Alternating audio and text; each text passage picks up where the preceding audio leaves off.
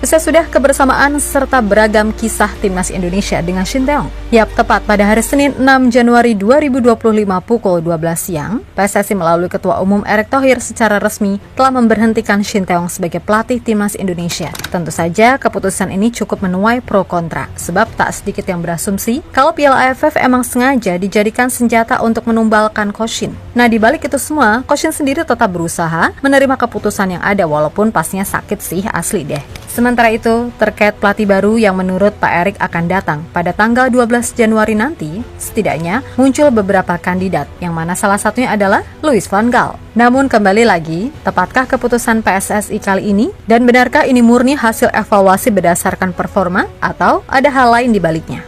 Taeyong tadi pagi, dan Coach Shin Taeyong sudah menerima ya surat menyuratnya. Nanti tentu ada proses yang berikutnya mengenai hubungan kita yang sudah berakhir, dan saya mengucapkan sekali lagi terima kasih. Yap, itu tadi adalah pernyataan resmi yang dikeluarkan Pak Erick terkait hasil evaluasi besar-besaran kepada Shin Tae-yong. Dan secara sepakat, PSSI mengakhiri kerjasama dengan pelatih asal Korea Selatan tersebut. Yap, sepak bola memang kejam.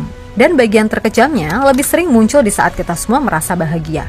Namun bagaimanapun, kita harus move on untuk melangkah maju. Tak bisa dipungkiri kalau selama kurang lebih 5 tahun melatih timnas, Coach Shin telah banyak menorehkan banyak hal positif. Memang trofi itu nggak berhasil ia persembahkan, namun lebih dari itu, progres nyata yang ia bangun dari sejak pertama kali datang, pada akhirnya mampu membuat timnas Indonesia sampai di titik sekarang ini.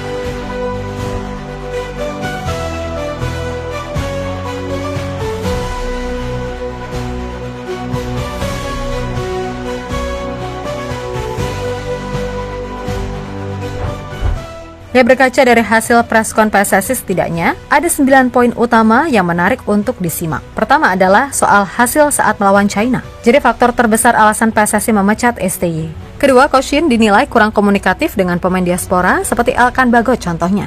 Ketiga, masalah Eliano Renders yang di depan media, Coach Shin bilang dia tidak cukup baik untuk masuk skuad timnas Indonesia. Keempat, soal pengumuman pelatih baru adalah tanggal 12 Januari, sedangkan tanggal 11 Januari dikabarkan sudah mendarat di tanah air. Kelima, PSSI kabarnya sudah melakukan interview dengan 3 pelatih dengan harapan hasil akhir 1 untuk asisten. Salah satu calon pelatih yang sudah diinterview adalah Patrick Kluivert, legenda timnas Belanda.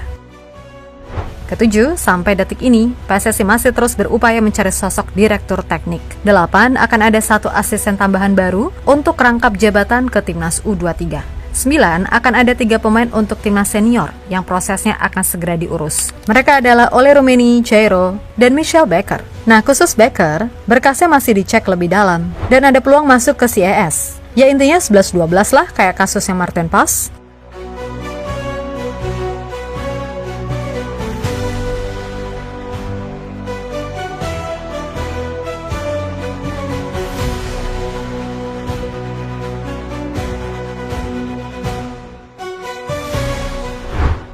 Ya, berkaca dari 9 poin tadi, tentu saja yang menarik adalah soal pelatih baru. 1 kandidat udah di-spill, yakni Patrick Kluivert. Lalu ada juga yang bilang Louis van Gaal. Jelas dari sisi track record, Van Gaal jauh lebih unggul.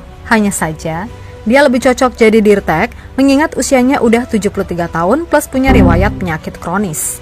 Jika Kluivert, sebagai pemain dia memang top pada masanya. Tapi sebagai pelatih, sorry to say, mediocre Paul. Dimana dia baru aja didepak dari tim Liga Turki, Adana Demirspor pada bulan Desember lalu dan baru bertugas selama 6 bulan. Ingat, baru 6 bulan udah dipecat. Nah, di klub tersebut dia mencatatkan 8 kemenangan, 6 seri dan 6 kali kalah.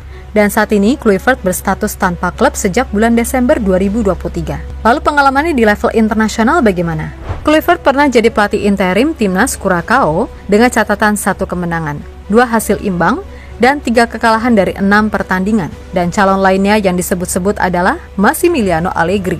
Pertanyaannya, Allegri ini orang Italia yang secara konsep bermain sama pragmatisnya dengan STY, yakni pola 3 back. Pun begitu dengan Van Gaal yang dalam gameplaynya sangat mengedepankan taktik 3-5-2 atau 3-4-3. Jadi bisa ditarik kesimpulan, kalau memang sebenarnya urgensi pergantian pelatih dari sisi hasil memang nggak ada. Namun kembali lagi, semua itu baru bisa terlihat paling enggak 11 Januari mendatang soal siapa pelatih barunya.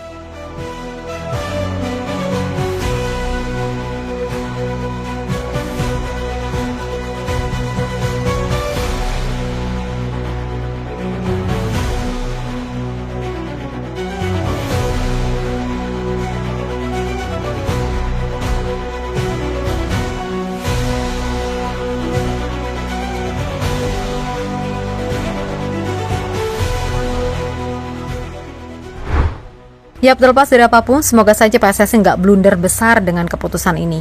Dan Coach Shin, sebagaimana Pak Sumarji bilang, memberikan pesan terakhir dengan mendoakan Indonesia bisa lolos ke Piala Dunia. Tentu saja Coach Shin bagaimanapun sangat mencintai negara ini. Bahkan ia juga udah mendirikan akademi sepak bola sebagai bagian untuk mencetak bibit-bibit unggul. Yap, STY dan Indonesia selamanya akan menjadi sejarah. Dan Coach Shin akan selalu diingat sebagai pelatih yang mampu membuat publik tanah air mencintai lagi timnasnya. Datang di saat terpuruk dan terusir pergi saat cahaya terang itu mulai bersinar. Sukses selalu dimanapun berada. Kalau Mimin pribadi sebenarnya cukup sedih, tapi ya begitulah sepak bola dan begitulah kehidupan. Yang penting moga-moga aja timnas Indonesia bisa lebih oke buat kedepannya. Dan untuk PSSI, mungkin ke depan kami akan lebih keras nih.